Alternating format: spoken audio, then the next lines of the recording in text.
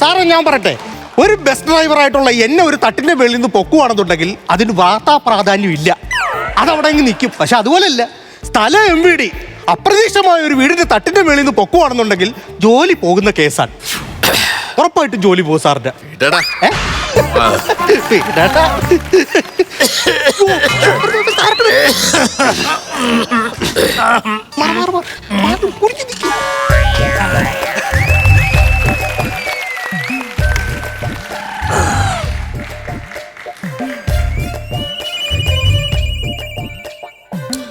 മോളെ അച്ചോ, എനിക്ക് കഞ്ഞി എടുത്ത് വെക്കളെ.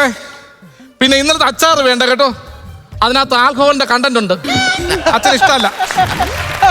പിന്നെ ഇപ്പൊ കുടിക്കുന്നത് കരിക്കും വെള്ളമല്ലേ.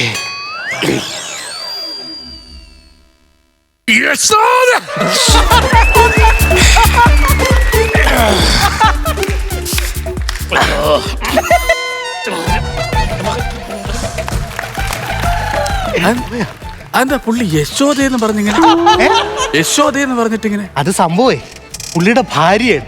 ഭാര്യ ഓർക്കുന്ന സമയത്ത് പുള്ളിക്കാരൻ ഇതുപോലെ യശോദയെന്ന് പറയും. ഓരോരുത്തർ ഭാര്യയെ മറക്കാൻ വേണ്ടിയാണ് ഈ മദ്യം കുടിക്കുന്നത്, ഓർക്കുന്നത്. അത് സംഭവം എന്താന്ന് പറഞ്ഞാലേ, ഈ സാധനം പെട്ടെന്ന് ഇറങ്ങി പോണ്ടേ. ഭാര്യയുടെ പേര് പറയാൻ നേരത്ത് മിക്കവാറും ടച്ചിങ്സ് വേണ്ടി വരത്തില്ല, അതുകൊണ്ടായിരിക്കും സാധനം അങ്ങ് ഇറങ്ങി പോകുന്നത്.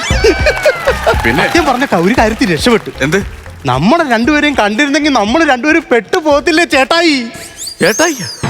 ഓ ചേട്ടായി. അല്ല MVD ആയ ഞാൻ എങ്ങനെ നിന്റെ ചേട്ടായിയാവുന്നു? ഞാൻ കല്യാണം കഴിക്കാൻ പോകുന്ന പെണ്ണിന്റെ ചേച്ചിയെ കെട്ടാൻ പോകുന്ന ആരാ? അത് ആണോ? അപ്പൊ ഇത് ചേട്ടായി, ഞാൻ അനിയൻ കുഞ്ഞി.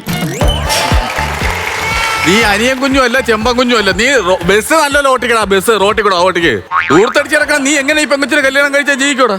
ആര് ദൂരത്തടിച്ചു? നീ ദൂരത്ത് നീ ഞാൻ കണ്ടിട്ടുണ്ടല്ലോ, ഈ ജ്യൂസും അതും ഇതൊക്കെ മേടിച്ച്, പെപ്സി അതും ഇതൊക്കെ മേടിച്ച് കുടിക്കണം ഞാൻ കണ്ടു. ആ വർത്താനം മാത്രം ചേട്ടായി പറയുന്നത്. എന്ത്?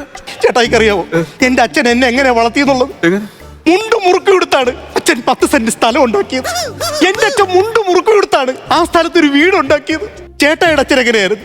എന്റെ അച്ഛന് പാന്റായിരുന്നു, അതുകൊണ്ട് ഒന്നും ഉണ്ടാക്കിയില്ല. എല്ലാരും മുണ്ട് മുറുക്കിയെടുത്തും കഷ്ടപ്പെട്ട് തന്നെ ഓരോ സാധനങ്ങൾ ഉണ്ടാക്കുന്ന. അവിടെ എന്തോന്നാണ് തട്ടുമുട്ടൊക്കെ തട്ടിന് മേളില്? ഓ എലിയുടെ ശല്യമാണെന്ന് തോന്നുന്നു.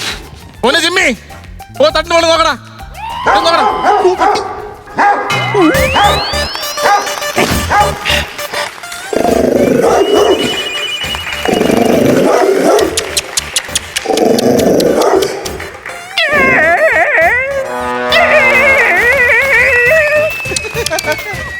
പോയി.